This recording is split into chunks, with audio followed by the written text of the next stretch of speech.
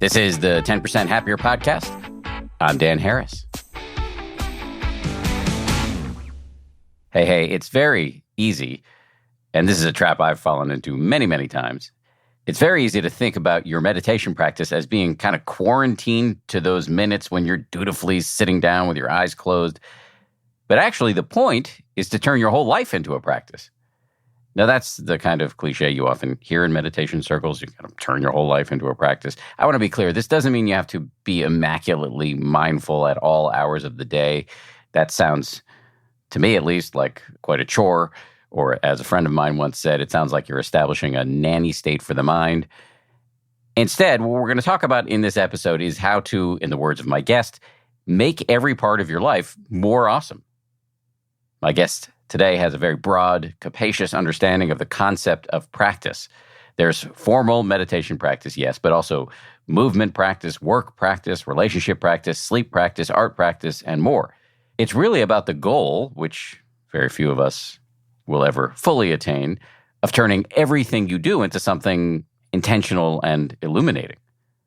Jeff Warren is a frequent flyer on this show. He's also a close friend. He and I wrote a book together called Meditation for Fidgety Skeptics.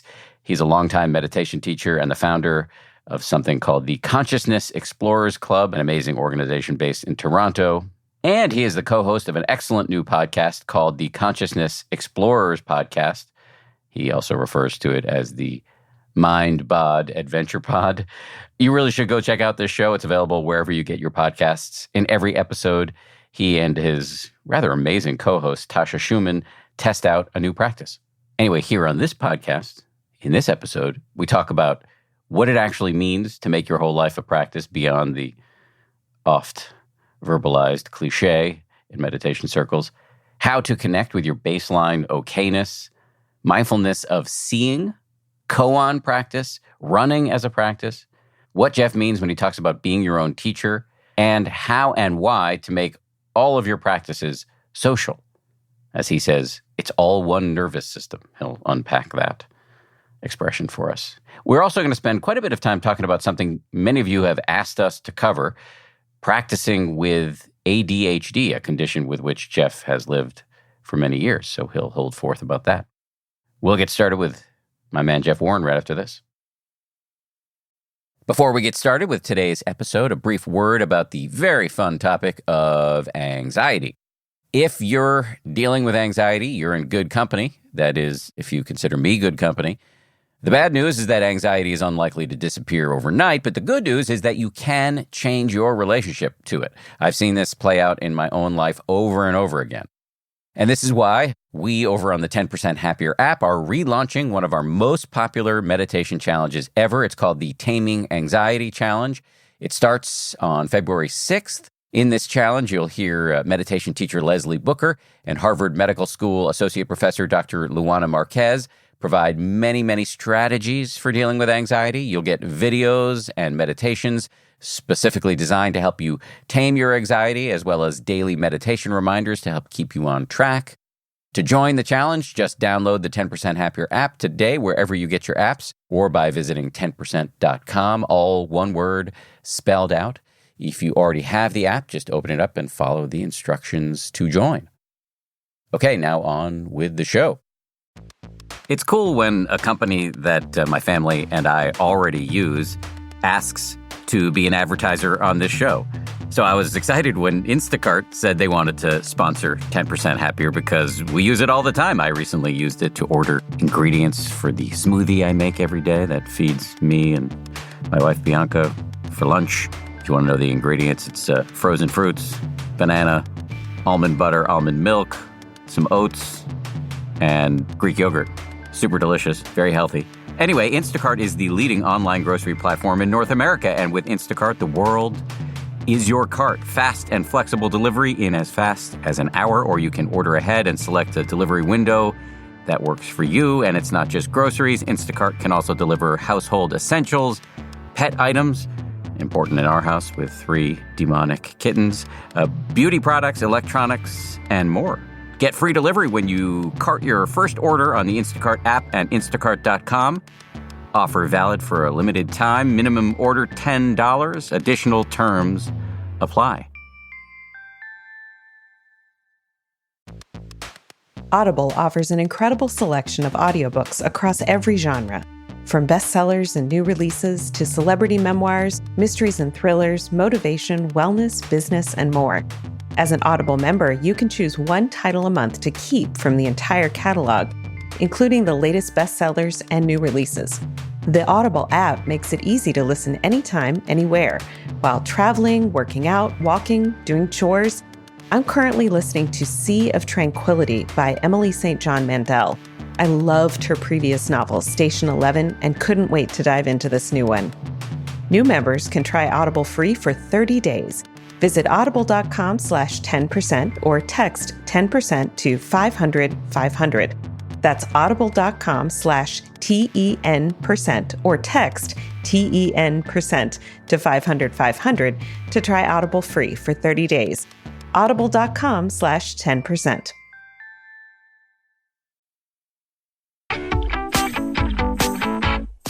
Jeffrey, welcome to the show. Mr. Daniel, good to be here. I should say welcome back to the show. You're a frequent flyer, which I'm happy about. I think I might be getting up there in the points department. Yes. The rewards are basically nothing, so exactly. Don't get too excited. Oh, my friend, time spent with you. A deep meditative practice all on its own, continually coming back to principles of equanimity. Yeah. But enough about me. You had a chat with the boss of this show, Gabrielle Zuckerman, and there was a sentence you uttered in the course of that conversation which made its way to me, which was, your whole life can be a practice. What do you mean by that? Okay, we're jumping right in. Well, okay, I guess this is what I mean.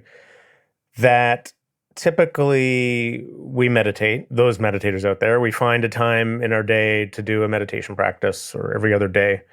And it's practicing how to exist. And we're trying to learn how to exist in a way that's more awake, open, and compassionate. And the benefits of that start radiating out slowly to other parts of our life. And there's sort of this sense in which we kind of just have faith that's happening. And we can be deliberate about applying the skills in action as well. So that's kind of, I think, the typical framework of how people think about practice. And I share that framework. But I also think that we can be even more intentional about filling out the whole of our life with goodness. And what that looks like is getting interested in how every single thing that we do can become a practice. Not in this like boring eat your vegetables kind of way, but in this really fascinating like, oh wow, in this area of my life, I can remove the suffering and increase the insight and joy. And it's just a question of learning a practice that kind of helps me do that. So for example, the practice of communicating with you. It's true, just implementing simple skills of mindfulness, being more open, being more concentrated, these things are all going to help. But then there's also the value of like, say, learning from a nonviolent communication person or some other communication specialist about specific framings of how a conversation can happen, specific techniques of ways of making space or listening. And that's just one example. Another example, say, is falling asleep. I could just fall asleep or try to fall asleep or just sit there and neurotically figure out about my worries. Or I can decide to make falling asleep practice. I can learn about good sleep hygiene. I can kind of ritualize falling asleep. I can maybe do a little protection practice before I fall asleep, something like that. Like there's no area of your life that you can't make more intentional and awesome by just learning some key practice rules or orientations around it. And I'm really interested in that as just part of how to live a good life. That's what I mean by making your life a practice. And then I'll say one last thing about it.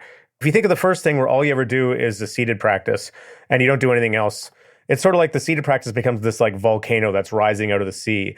And it's like it starts to get higher and higher and more of your life starts to feel connected to that practice. And that's totally one way to go. But another way to go is to like make lots of little volcanoes. So you have maybe your volcano, your sitting practice in the center, but you have lots of other little volcanoes and they're all slowly rising out of the water. And very slowly that archipelago of tiny separate islands becomes a single unified landmass of more awesomeness and clarity and openness and intentionality and joy and free flow. And I'm interested in how to help human beings do that and doing that myself. So there was a phrase you used in there. I love everything you just said. The phrase you used was, there's no part of your life you can't make more awesome. I love that. And I'm guessing, no, this is a semi-educated guess, that a lot of people that listen to the show are either meditators or aspiring meditators, but they're perhaps a lot of like one volcano people. And maybe that volcano really is quite pervasive in that you're integrating mindfulness and compassion into lots of things you do. But this more holistic, capacious understanding of turning everything into a practice, that's really interesting to me. I think there's something very joyful about it, that it's a kind of form of existential play, that you don't have to just take this situation, take this part of your life, you don't have to be unconscious in it. You can actually begin to get interested in what's happening in it and begin to play with the dynamics in order to make them work out better. And I just think that's it's a very empowering message. It's been a very empowering message for me.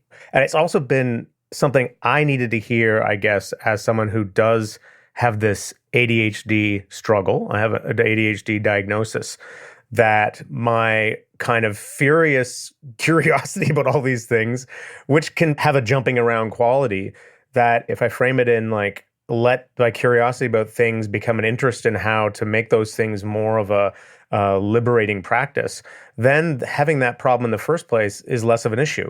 Do you see what I mean? So I think it's a kind of philosophy of practice that actually suits a lot of the contemporary world, because my issues with attention are issues that a lot of people share. I mean, I'm just sort of an extreme form of what we're all dealing with our technology, with the kind of fracturing of attention span that's happening. So I think this is a way to unfracture it, to reseal that up, to work with where we're at. But in the working with where we're at, it's like you're slowly sealing out the whole landscape of your life to be more whole and more complete, more awesome. I want to signal to folks, because we've had some incoming interest in ADHD. So at some point, we'll take a deep dive into that. But in the meantime, I'd just be curious to get you to describe more examples of practice. You talked about going to sleep, communication. By the way, while you were talking about going to sleep, you said a protection practice. What is that? And what are the other kinds of practices that you would recommend or that you might have personally explored? Yeah. Okay. So this is a useful segue to so one of the ways I'm trying to put all this into action right now is I started Conscious Explorers Club like 10 years ago or something in Toronto. And that place was always a place of kind of like ecumenical exploration. Like we explored different practices. We got different teachers and experts to come in, and we do all kinds of stuff there. And I'd always been interested in how to turn that into a podcast. So I've just done that. Like I spent a couple of years working out with my friend Tasha Schumann. She also known as Tasha the Amazon. She's this phenomenal practitioner and rapper, hip hop artist, and so the whole idea of this podcast is to basically give you examples of what you're just asked. We get different people on from different walks of life, often many meditation teachers, but also movement teachers, voice teachers, sleep experts, dreaming experts, hypnosis people, like you name it. And we get them to come on, and then we get them to guide myself and Tasha and all the listeners through a kind of 12-minute practice. So we call it the Mind Bod Adventure Pod. So everyone goes together on this adventure in real time. And one of the ones that we got on was around sleep. This sleep expert who basically guided us in this really beautiful, his name was Charlie Morley, this really beautiful protection practice where as you're falling asleep, you visualize. So we're just kind of laying there and sort of half dozing on this podcast, and everyone is invited to do that with us. And then we do this sort of visualization where you imagine, I don't know, a cedar tree around you or whatever's going to feel protective of you. Maybe you imagine the Incredible Hulk or the Buddha, or just like you kind of imagine your protectors around you, and you feel into this sort of sense of safety. And apparently this practice, I mean, it comes from a kind of deeper Tibetan tradition, but apparently it's very helpful for putting people at ease, helping them sleep better, helping them have less kind of neurotic thoughts at sleep onset. But the idea of the practice is you can try this out for yourself in real time, that we're all doing it together. And then at the end of the guidance, there's a pause, and then you kind of hear Tasha and I trying to like reassemble our brains, because sometimes we go to these really interesting places, and then try to articulate, okay, why was that important? Where did we go? What are we learning here? about the things I was just speaking about, practice. What are we learning about how to bring this into our life? And the idea is that this becomes a forum for how to, connect to practices and teachers and resources for sure. But really the top level is it becomes a forum for how to become your own teacher, how to learn the skills you need to feel more empowered about all these different areas of your life. So, I'll say a little more to the podcast, but just to make it personal, this is what my day looks like. I wake up in the morning and I'm like, where am I? Oh my God, I gotta go. My baby's crying. I gotta get the baby. I gotta do whatever. I'm like, okay, chill. And I take a second and I relax and I remember my parenting practice, which is to try to just let my child be a wondrous mystery to me and have equanimity and all that stuff. And I go and I get my guy. I go down, I have breakfast with my wife and our little guy. And I often find myself implementing communication, sort of best practice I've learned from talking to communications people around not starting in this reactive way, just like active listening, letting her really speak about what's going on in her life. And that just makes everything, and vice versa. It just makes the whole vibe feel way better. And then I go into work and I often sit and do a short kind of grounding practice before I start my writing. And that's helpful. And when I'm actually writing, I sometimes implement practices around workflow, around writing practices that I know, or I sit there instead of just overthinking everything I'm writing. I just sort of let it come out. And what I'm doing right now in this rambling way, maybe I need an editor. Okay, note to self, remember the editor is important. But anyway, and then later in the afternoon, I might do a voice practice. I have a voice coach that I work with because I get this vocal fry thing happen. And she teaches me how to speak from different parts of my body instead of just high up in the vocal palette, having more of a well range of things. Then I might do a Feldenkrais practice, which I love doing, just as a way to work with some of my injuries.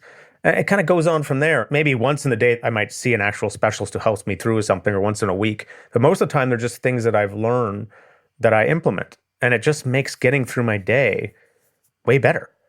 What's Feldenkrais? It's very cool. Feldenkrais was a dude he was an Israeli kind of physicist, anatomist, kind of genius in all these areas, who worked out a whole system, I guess you could say, of mindful movement. For himself, it started out with how to work with your injuries, but it became this whole inquiry into how to basically reverse engineer patterns of movement that aren't serving you. So you get really still and you go into some very simple movement like turning your head, and then you start to make all of these very tiny adjustments or additions to that movement. And what it does is it ends up helping you discover a path into that movement that's much more healthy for the body. And it's very interesting. I mean, that's just sort of my idiosyncratic take on it. I use some of those principles sometimes when I'm guiding actual meditation practice. All of these different practices, they just feed into this greater sense of awareness of all parts and a greater sense of agency around how to move through those parts with more skill and kind of care.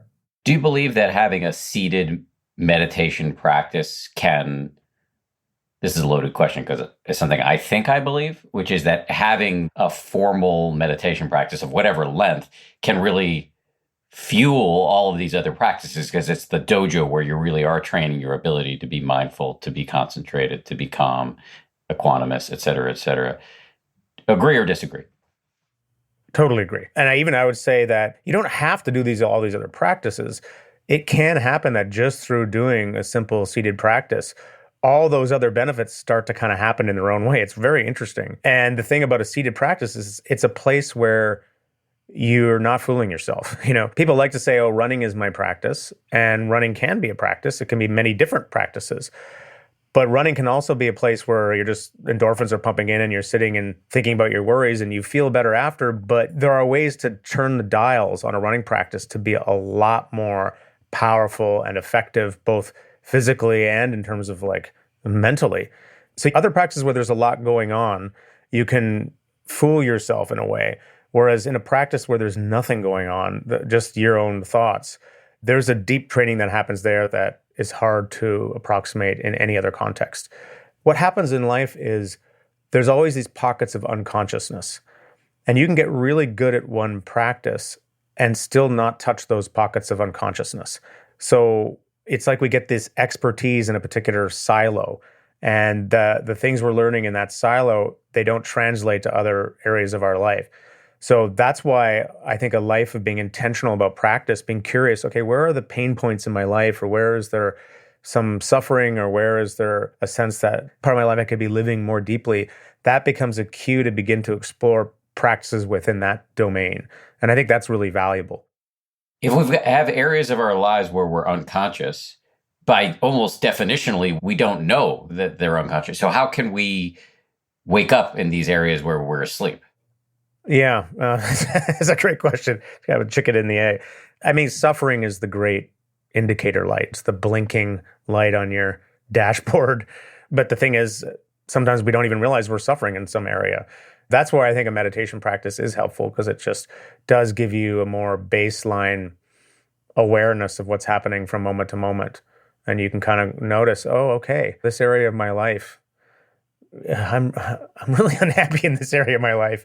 I'm really dissatisfied with how I relate to my work colleagues, or I have a lot of terrible sleeps, or I know I have all this creative energy, but I don't feel like there's a way in which I'm actually activating it, or there's so many problems in the world, and I so want to be part of a meaningful solution, but I don't know what that looks like.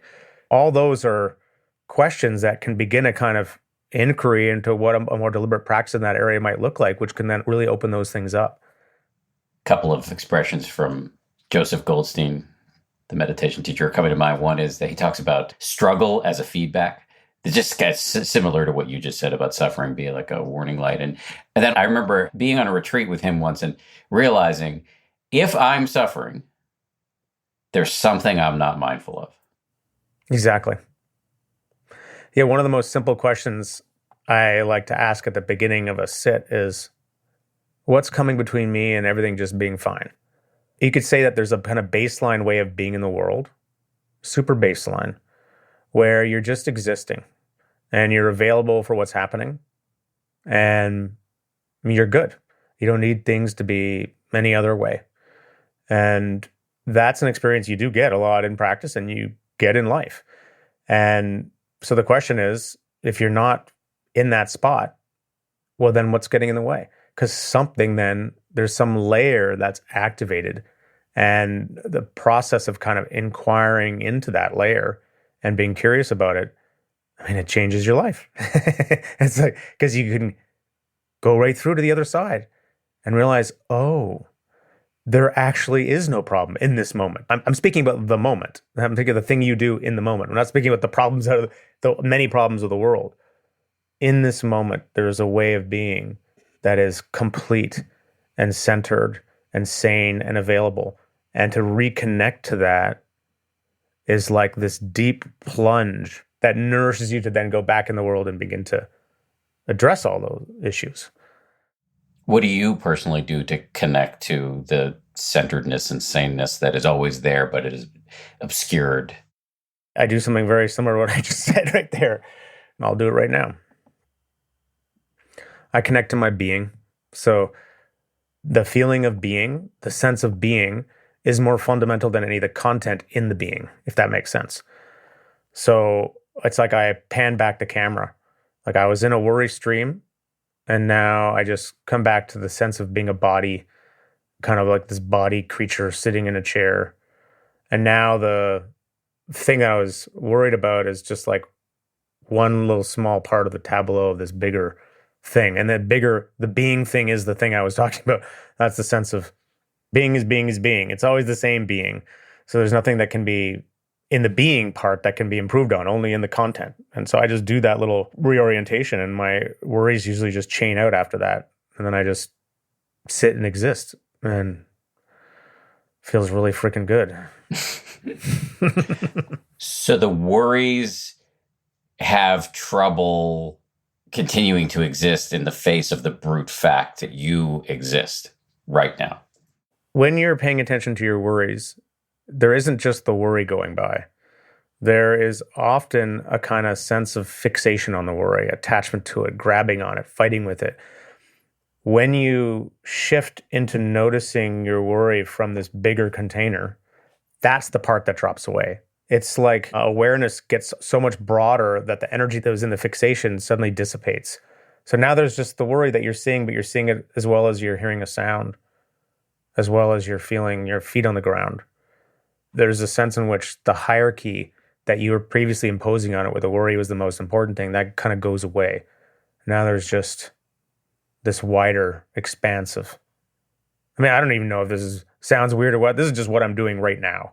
And it's what I do in practice. And it's what a lot of teachers are pointing to in a way. And I think through practice, it just starts to happen more easily. It's like something about it is more available.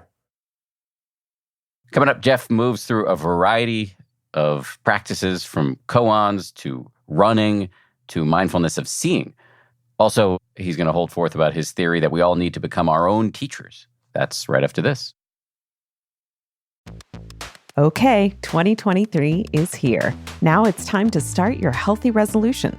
But taking that first step can be a little tricky. Like, wait, which vitamins do I need for my diet? And how do I know which supplements are the right fit for me? That's why Walgreens is here with an easy-to-use vitamin selector tool to help you find, order, and get immunity, health, multivitamins, and more delivered right to your door. So you get out there and make this year your best year yet. Vitamin Selector tool is not intended to diagnose or treat any conditions. Walgreens knows you need your medications, but sometimes what you really need is a prescription for more time with your family or friends, or just more time to do what you want on a Saturday afternoon. That's why Walgreens offers same-day RX delivery to where you are, so you can get more than just your meds. You can get your prescription for one less trip to the pharmacy. Deliveries available on eligible prescriptions only. See details at walgreens.com/prescription delivery.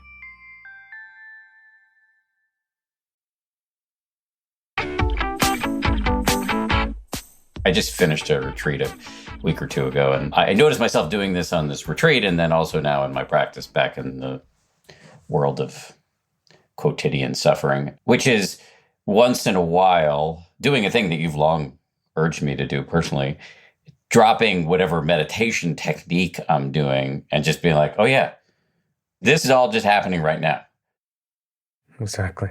And there's a quality of accepting in that lets go of that fixation, lets go of the push-pull, the trying to change it. It's incredible. This life is incredible. Just to take a breath right now and just to stop right in the middle of it. Like, how did he even get here? What is this? Feeling that question with your body, it's like everything else just quiets down. And then it's like your body's trying to feel its own being. And this is also a way to go deeper and deeper into practice. So this is the basis of inquiry. It's the basis of a Koan practice. It's the basis of a kind of non-dual inquiry practice where you just pause and then you kind of feel into that. What is this thing that's happening right now? Who am I? You kind of feel the question with your whole body. For a moment, the thoughts quiet. You're not trying to get an intellectual answer.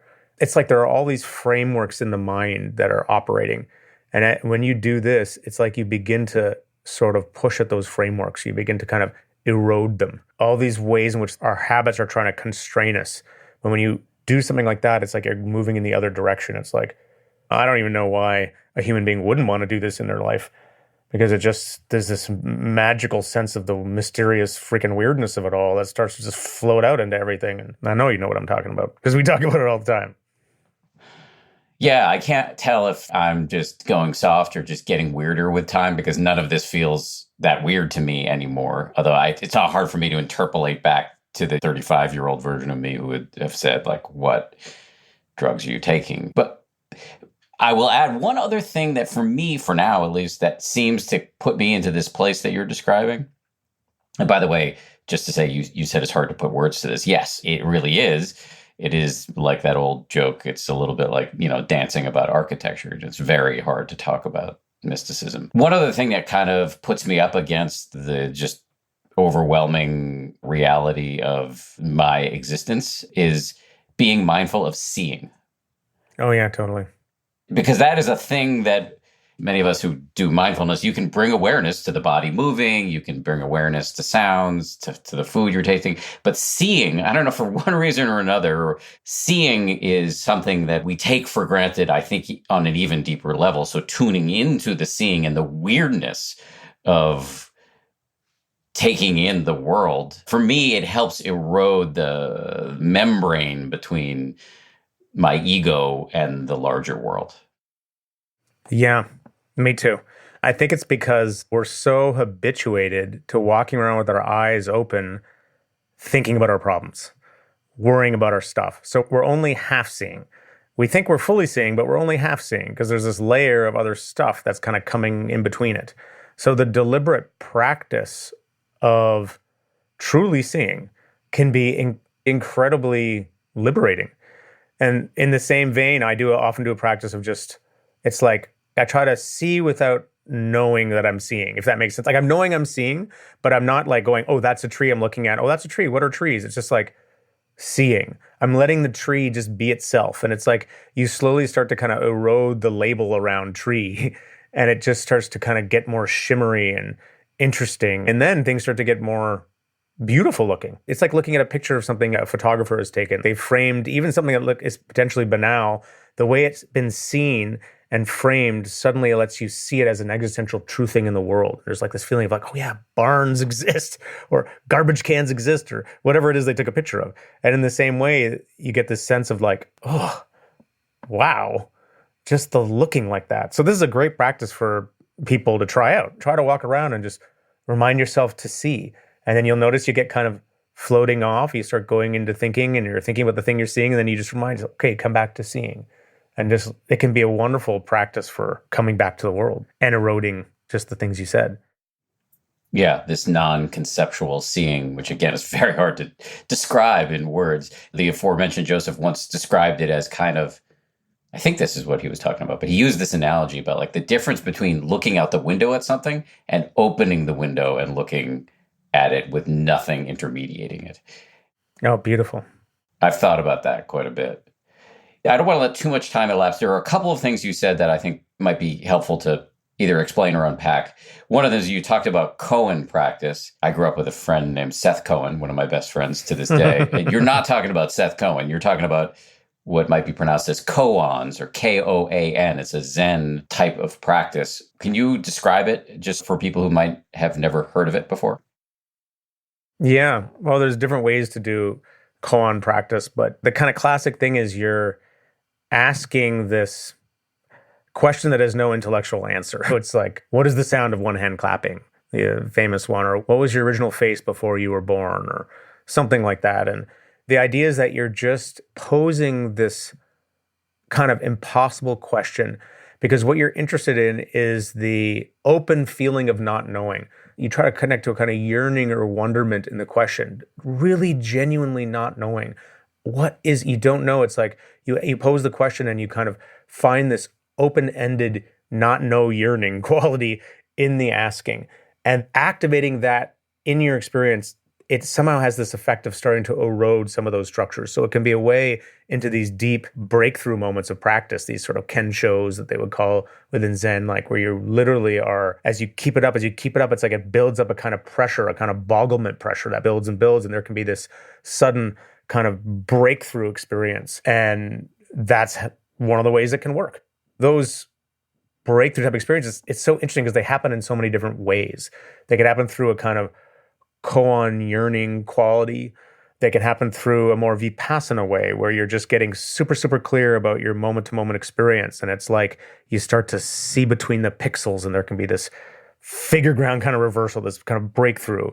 Or they can happen in a backing up way, like in a more self-inquiry way, like, who am I? Who am I?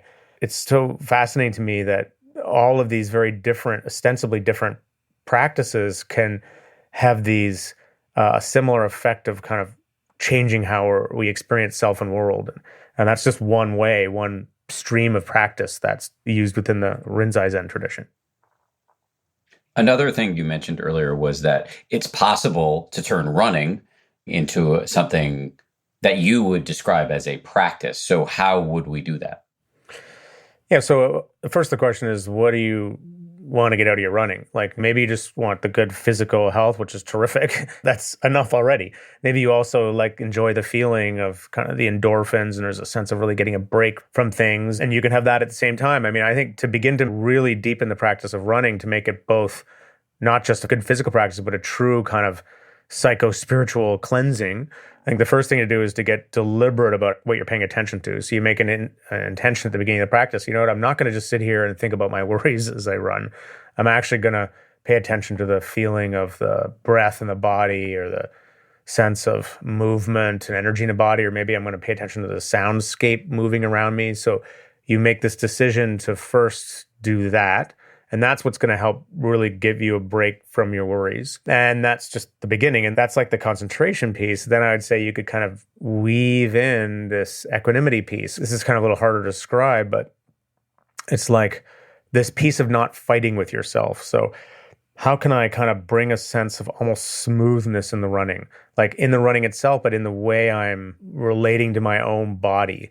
How can I run in a way where I kind of get out of my own way? If that makes sense. Where I so let go of myself, there's just the running. There's no runner. You know, and actually any experienced runner will go, I know what you're talking about, because I've been to that place. Like this place where you start to get in the zone and you let go of yourself. And so there's a way to be almost deliberate about that. It still might be mysterious when it lands. You can't control exactly when the zone will happen or when those things will happen, but the more you're intentional about really giving yourself over to the practice entirely, then it can become this even deeper exploration. Do you have to take your headphones out for this? Because I like to listen to music, but that might get in the way. Well, you could use the music as one of your objects that you're listening to. I mean, I think it depends on the person. You have to ask yourself the question. If you listen to music in the background, it might totally support exactly what I'm saying, or it might be a distraction. It's always like that. You have to kind of explore it for yourself. I mean, that's what it means to kind of be your own teacher. You're interested in this question of how to care for yourself and other people, and you're paying attention to what you're learning and making changes according to what you discover. Say more about that phrase, be your own teacher. Is that connected to your idea of democratizing mental health? Yeah, big time. So basically, the world is very intense right now. There are a ton of environmental challenges and technology challenges and social justice challenges, and we need to show up for these challenges. And one of the challenges out there are these incredible challenges around mental and emotional health, where you're seeing like shooting rates of depression, and I mean, it goes on and on. So I think one of the ways to respond to that is making good practice more accessible to more people and making practice support structures and other kinds of support structures more accessible. That is what I mean by the democratization of mental health. And part of that is not waiting for the expert. A lot of us have this idea that you get to be born in life and then just coast. And then if something goes wrong in terms of mental health, then you got to go to an expert to get fixed. But that's the bad old world. The world we're in now is that we don't have that luxury, and it didn't work anyway. It's like you kind of have to be interested in caring for yourself from the get-go and recognize that your own mental health is something that needs to be kind of cared for and stewarded along with your physical health. And so that's what I mean about being your own teacher. It's sort of like being interested for yourself in how this stuff works, and then sharing what you're learning with your friends. So it's sort of like a horizontal peer-to-peer transmission. And then while there's a place for experts in that, absolutely, you can't depend on them only. It's about being in a place where we can share practice with each other, talk with each other about practice, and that's how the resources are going to get out there. That's how the best practices are going to get out there. And that's what the podcast that I was talking about earlier is about too. It's about cultivating this new zeitgeist of horizontal teaching and practice sharing. But I guess what comes to my mind when I hear you say be your own teacher is it's really helpful to have an expert. Oh, no doubt. Yeah, part of being your own teacher is knowing when you need to go to someone who's got more expertise than you. And that's what I mean about all these different practice areas. Go to someone who's got some expertise in that, learn from them, and then integrate what their responses are, and then pass it on, however imperfectly. That's what I mean. So yeah, part of being your own teacher is knowing when to consult the experts. One of the other aspects of turning your whole life into a practice that you've talked about is making it social. Yeah. Well, that's what I was saying about the peer-to-peer part of it. First of all, sharing about your mental health challenges is itself a practice. It in and of itself, it makes life better. It helps you not only connect to resources, but it helps you get clear about what it is you're going on. It helps you find common cause. I mean, there's a lot of reasons why it's really valuable. And I think being in a practice group with other people who are doing that, who are sharing and trying to talk about their insights, it's like it accelerates the learning, because someone saying out loud or trying to share about a struggle or an insight they had, it helps you see things that are happening in your experience. That's why we say the community is the teacher at the Conscious Explorers Club. Every time someone says something real about what's going on in their experience, it provides an opening for us to also learn something. So you're like, it's kind of like the learning happens as a group, and it's very powerful. But even deeper than that, there's a way in which you start to feel more empowered to be able to share what you're learning with other people, that you don't have to be this perfect, super experienced guide to tell someone about a practice that you do, or to even guide someone in a few minute simple breath practice, and that the world's problems are urgent enough that we don't have time to wait until we come across the path of a great teacher to help us do that, that we can be kind of teachers for each other, for lack of a better word, and that can help accelerate the learning and make sure it kind of gets to where it needs to get. Let me raise two possible pitfalls here. One is you talked about sharing, and I wonder, are there best practices there that might help you avoid oversharing?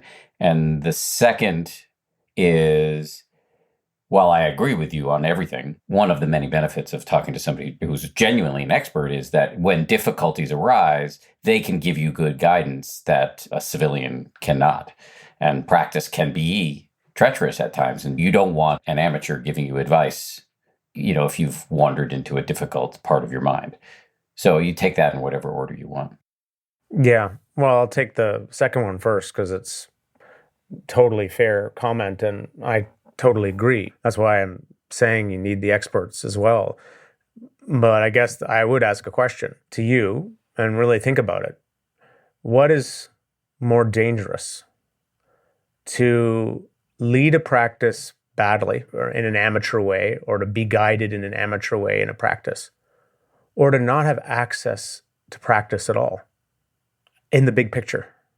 What is the greater danger? Well, for sure, it's the latter. For sure, the greater, in my opinion, the greater danger is not having access to these technologies, these inner technologies. I just think perhaps it's about, if you're going to lead people in practice and you haven't done the many years of training that people like you do, just to have some humility and a spirit of a caveat emptor, buyer beware, just to be honest about what your level of experience really is. Absolutely. I mean, I couldn't agree more. That's the main thing. That's the main advice I give to people around sharing practice, is what you just said there. It's about not pretending to know anything you don't know. And also, it is important, I think, if you're going to share practice in any actual setting where you're going to be guiding meditation, to understand the basics of trauma-informed mindfulness. There's no question.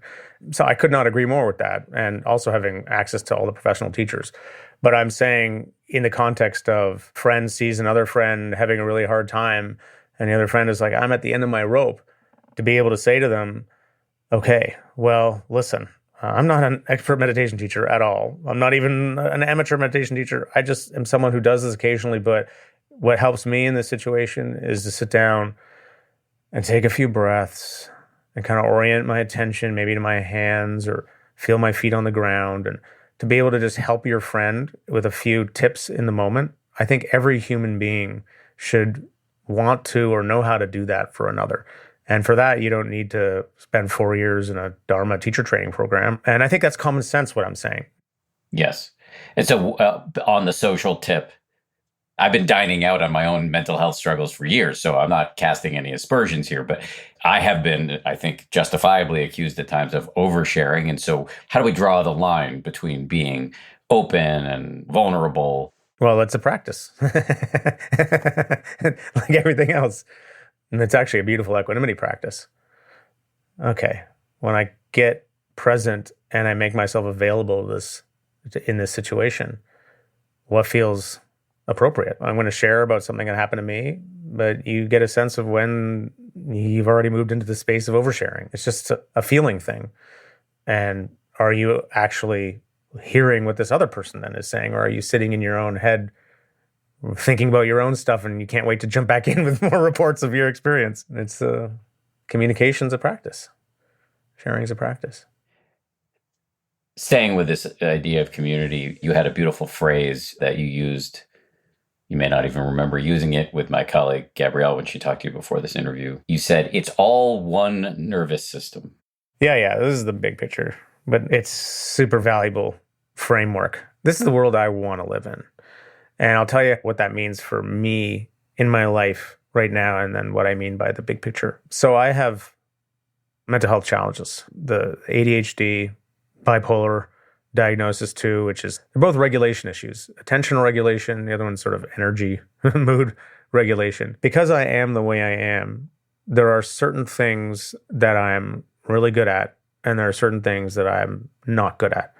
So within my family, it's useful to think of my family as, and my community, right, my immediate community of people who are like extended family, as a single nervous system, meaning we distribute functions around that nervous system based on the parts of the nervous system that are good at doing that thing. Like my executive functions are not very good when it comes to certain kinds of planning and whatever it is, but my wife is pretty good at that. So she's more on that tip for us. I'm really good at X, she's better at that. And then there's certain things that neither of us are good at. So we know when it comes to taking care of our little guy, that sometimes we need to ask for other help. And in turn, having someone else come in, like my sister or in certain kinds of contexts or someone else. And in turn, similarly in my community, there are friends of mine who are good at something but not so good at another thing. But in that other thing, I happen to be good at. So then I can step in and kind of help with that. And this is where we're getting more to the bigger picture.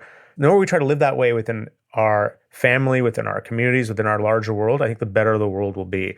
So not each of us is not trying to do everything all the time, but that we're allowed to kind of specialize. And we're also recognizing that we're here to help support other people in that way too. Do you see what I mean? If everyone had an ethic of like being clear about what their specialty was, offering it out into the larger framework of their community or world, but then also letting themselves receive the support for the places where they're not as strong, then that's a kind of interconnected world of service and activation that I want to live in. That's what I mean by that. Coming up, Jeff talks about what it's like to practice with ADHD. That's right after this. In business, competition is the key to success. Every product you own, from the shoes on your feet to the phone in your hands, got there because of cutthroat business decisions. And Wondery's podcast, Business Wars, brings you stories about the most well-known companies in the world and how the decisions they make shape what you buy and how you live. With over 50 seasons to choose from, you'll hear about the fight for your feet with Nike versus Adidas, the battle to control the smartphone market with iPhone versus BlackBerry, or the game-changing company that is Tesla and Elon Musk's bid to take on the entire auto industry. Business Wars covers every sector from fashion to food, tech to travel, sports to pop culture, and more. These stories are entertaining, fun, eye-opening, and will help you understand a little bit more about the world around you. Follow Business Wars wherever you get your podcasts. You can listen ad-free on the Amazon Music or Wondery app. The world is full of inspiring people who've achieved unimaginable feats. Some have scaled the tallest mountains. Others have created music beloved by millions of people. Whose Amazing Life is a podcast from Wondery that celebrates these one-in-a-million stories. Each episode walks you through the life's journey of a legend in their field. They could be an athlete, an artist, an explorer, an actor, anyone who made an impact on the world around us. But here's the catch. You won't know who we're describing until the very end of the episode. So it's your job to play along. From the creators of Little Stories Everywhere and Adventures of Cairo, Whose Amazing Life is a podcast for the whole family that allows you to spend some time walking in the shoes of legends. Listen to the clues and do your best to immerse yourself in the life of someone amazing. Follow Whose Amazing Life wherever you get your podcasts. You can listen ad-free on the Amazon Music or Wondery app. You talk a lot about in, I think, very helpful ways about impulse control and executive function. And I actually think maybe it's a challenge for you, but it's also a strength because it's part of what makes you so funny and fun to be around. As part of this, you've described, as you already have in this conversation, your challenges specifically with ADHD. And I mentioned earlier, we've had some folks reach out to us and ask us to, explore this a little bit more on the show. So what kind of practices are helpful for you given your attention regulation struggles? Yeah, great question. Well, one is what I said before, making my ADHD a virtue, letting everything be a practice. That has helped me. Compassion practices have been really important because when you have ADHD, you get into this pattern of letting a lot of people down because you overcommit because you're not good at figuring out what you need to get done in the right order and all that. So self-compassion practices are super valuable. Not all ADHD people are the same. There's all kinds of subtypes of ADHD. If you do have an ADHD diagnosis, you kind of have to explore a few different meditation practices to see what clicks. Some folks find typical concentration practices really hard for the obvious reasons, but others have a kind of hyper focus so they can get into, say, a concentration practice, and that actually can be good medicine for them. However, you have to learn how to shave off the fixation part of the hyperfocus, if that makes sense. Like, it's like you're focusing, like your life depends on it, because it does depend on it, because you've so many times let people down by having your attention go all over the place. So you're actually holding on to your attention in this desperate way. So you got to let go of the desperateness. So there's a learning there. I think non-dual practices are very helpful for ADHD folk, meaning coming back to just present moment awareness, because you're always coming back there anyway if you're ADHD. Because you're just popping back out of whatever the thing that you were supposed to be committed to. You're like, oh, here again. You kind of forget where you were. And so you can make a virtue of that. Normally when you're ADHD, you pop back into the present moment and you pop back full of fear and loathing around what you just forgot and what you think you should have been doing. But if you can pop back into the present moment and not activate that particular fear and loathing circuit, then you're in the refreshment of the present moment. And this is a whole space of profound insight. What is this present moment awareness? Who am I? That can be a very profound direction of inquiry for anybody. But the point of this is it doesn't matter what your neuro unique situation is. We're all neuroatypical to a degree. And your diversity here can actually be a virtue in the sense that it almost always shows that you have an area of competency in some domain that can then become a place that you really zoom in deep on. You use to bootstrap a deeper practice. And then you can also do balancing practices to try to even that out a bit. But that's kind of what I have learned through this, that every mental health challenge, you could say, is also a kind of window into a particular style of practice or a particular direction of inquiry. Is one potential pitfall of turning everything into a practice that you're just jumping around too much and you okay. Definitely. Yeah. I mean, that's why understanding what's unique to all that is valuable. What's unique to all of it is its awareness. It's opening to what's here. It's seeing what's here. That is the glue that binds all of these. Where are you at now with your challenges around attention regulation, and how have these practices helped? How have they not helped? Like, they've helped massively, like humongously. If I just look at my life right now, my suffering is a fraction of what it used to be. A fraction. I just don't get into the suffering loops in the same way. First of all, I have compassion for my own attentional style, so I don't let that be. The fact that I jump around, I'm just like, I try to just let it, the virtue of it be there, and I try to create structure in my life that makes it okay for me to be like that. And I'm very clear and transparent with my friends and family. That's who I am. So I feel like the people who are in my life accept that. And I still do shamatha type practices that I find help make me more regulated. So that's the ADHD. The H part, the hyper part, which is related to the hypomania and the ups and downs, that's really changed too, because I have so much more awareness when these start. I could feel the very beginning of these endogenous shifts that want to lead me into a hypomanic place, and I can come off that and let it just play out without having to feed it. When I know what to do, I can find structure. I'll go to sleep early, or I know I need to exercise now, so I have these like structures in place. And similarly, when I'm going down in the other direction, I have reframings I can do where I'm like, okay, It's just part of how this goes. And actually, can I experience this low as this kind of like a nurturing thing? Like my body's going here anyway, so can I let myself be in the dark here, if you know what I mean? So I don't even know that I think I'd be alive, really, if I didn't have these practices to smooth all this out. And of course, it gives you so much compassion for everyone's dealing with versions of this. And then that also is great, just feeling all this compassion for humanity makes you feel really connected to people. And that's just a great mediator of your suffering.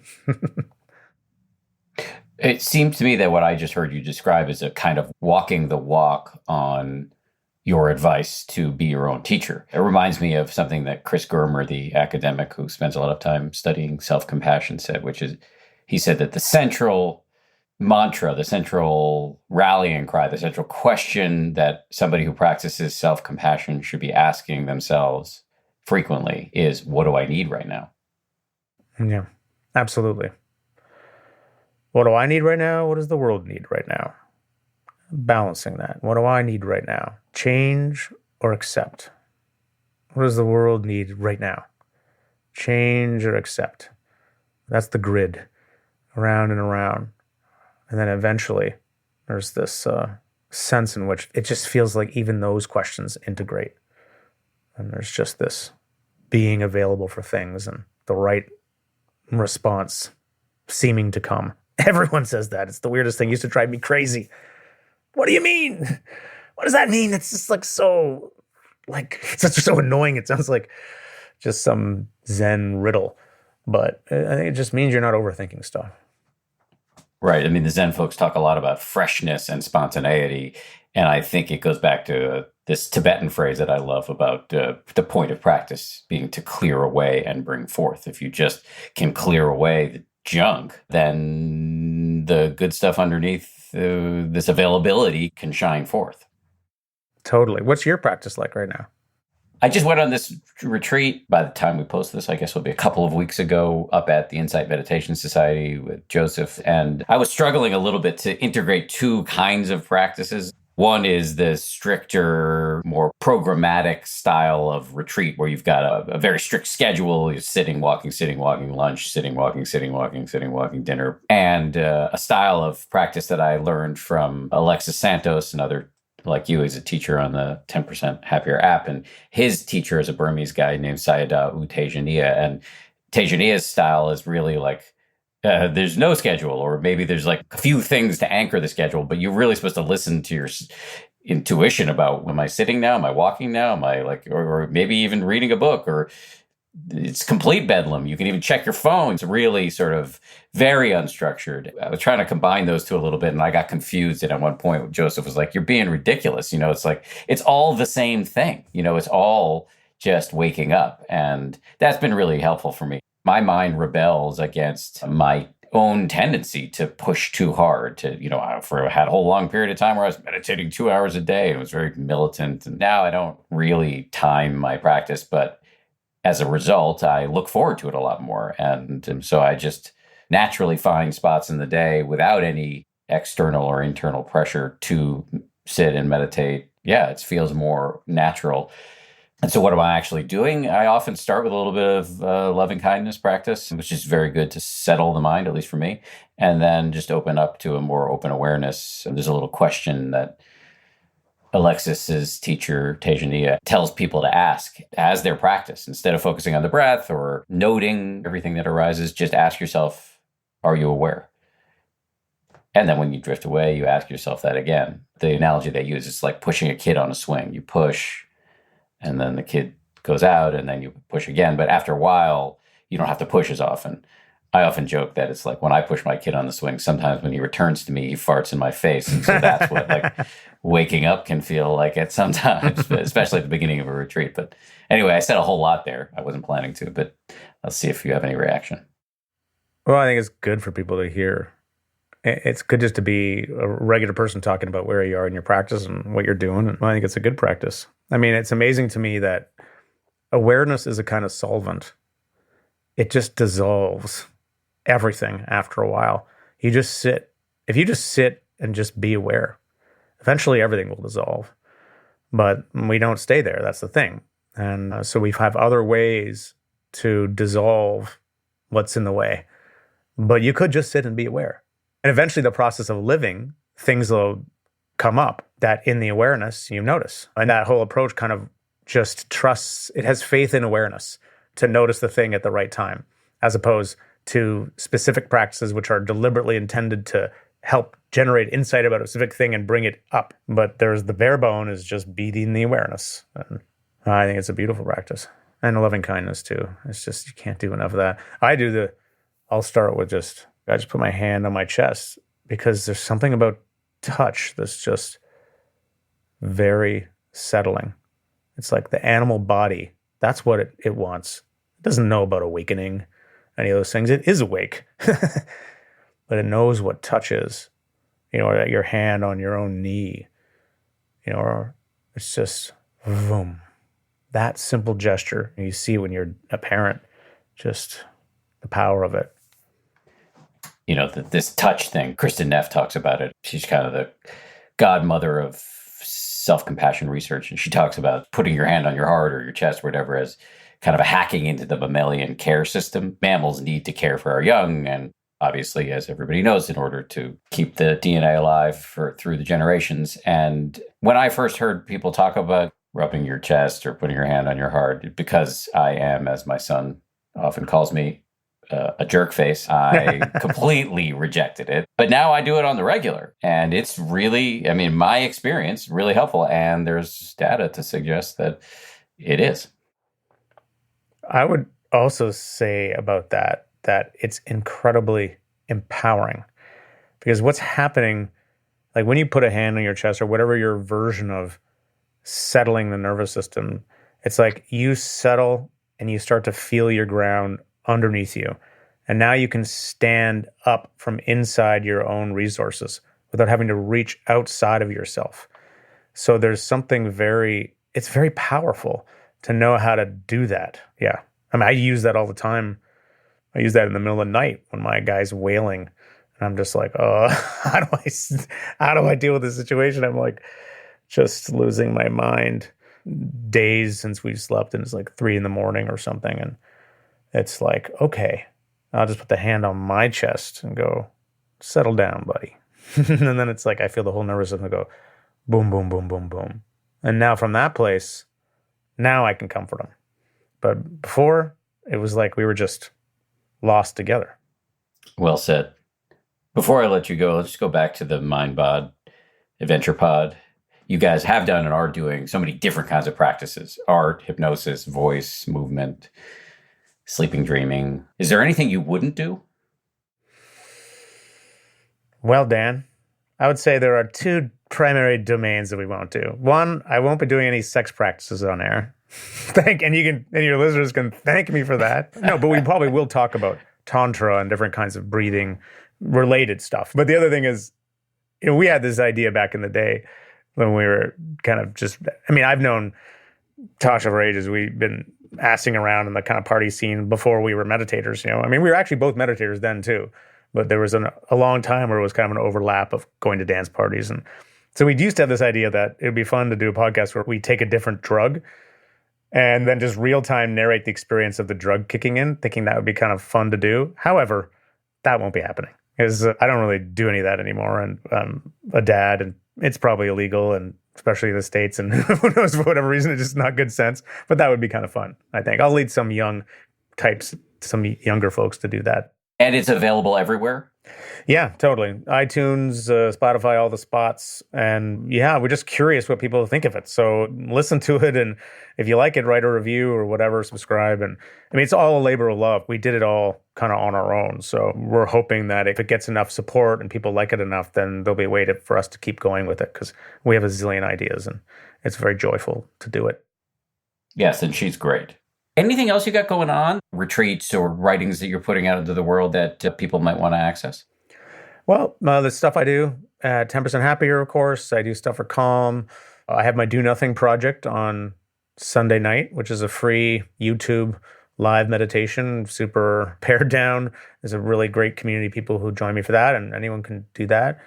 And then I guess the big picture is I'm just I appreciate the opportunity to blab in this kind of directionless way about practice. I am trying to synthesize all of it into some kind of coherent work that just sort of lays out a kind of philosophy of practice, like what is practice, how it connects to the deep end of the transformations that we hear, but also just the mundane end of just like living a more thoughtful life in all these areas. So I'm always interested in other people's thoughts on this, and I'm just writing this book about that. So that's what's going on with me.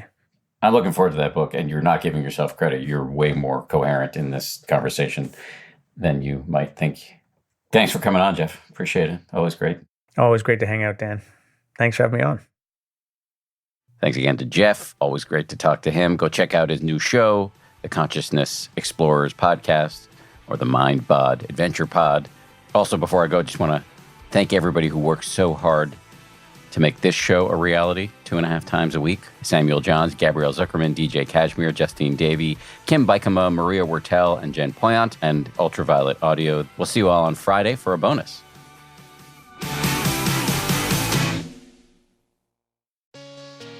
Hey, Prime members. You can listen to 10% Happier early and ad-free on Amazon Music. Download the Amazon Music app today. Or you can listen early and ad-free with Wondery Plus in Apple Podcasts. Before you go, do us a solid and tell us all about yourself by completing a short survey at Wondery.com/survey.